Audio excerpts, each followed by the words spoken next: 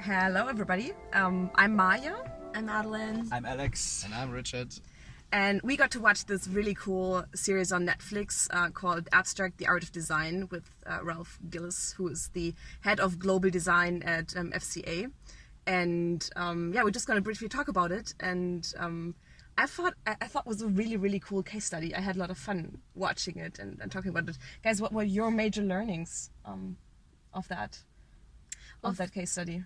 For me, it was mainly about the push and pull innovation. I thought that was really interesting, and how obviously with any industry you have to have a certain amount of pull innovation because you really need to understand the needs of the consumers. But what's interesting is that for the automotive industry, just due to the nature of the industry and how they have to reinvent themselves every year, there is a lot of push innovation within the design, because the actual car has to create, as Ralph Gilles said, the DNA strand for the brand. So specifically for Chrysler, they brought in the 300 model back in 2005 with the grille, and that's when people started saying, wow, I'm in love with that idea. So that was a good example of a push innovation, whereas there was some bad examples of push innovations, like with the Jeep Cherokee, and how people really went berserk over that design just because they weren't used to it.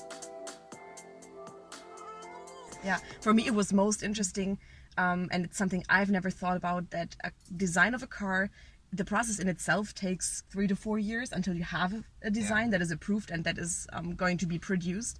And then a designer also has to think about that the car is going to be up and cool and bought in the next 4 to 5 years. So it's a process of 9 years in total that the designer needs to think ahead of. And it's actually setting a trend with designing that car. That is super cool, I think. Right. Yeah, really futuristic, right? What did you guys think?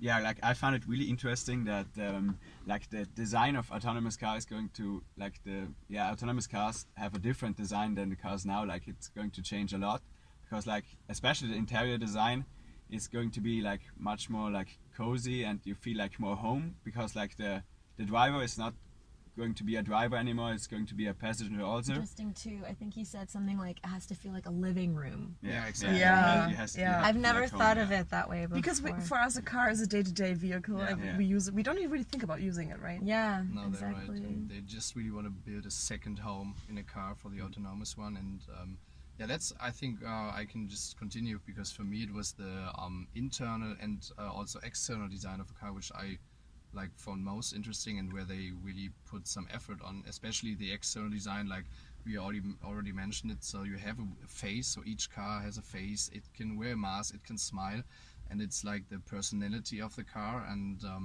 that is what the people should feel, and the driver should feel this connection, should maybe also reflects his personality on the car, that you have this really close connection from car to driver. And that's for me also the unique selling point of a car. So the external design, them interact with each other, so the external and the internal design makes a car complete, right? And I guess the main points are that it's the external design of the car with the face, the fact that the internal design feels more of like a living space, and also the future design of the car is super important. Ralph Gilles kept saying that he's designing the future, and we really enjoyed the case, so thank you for listening. Absolutely. Bye. Bye.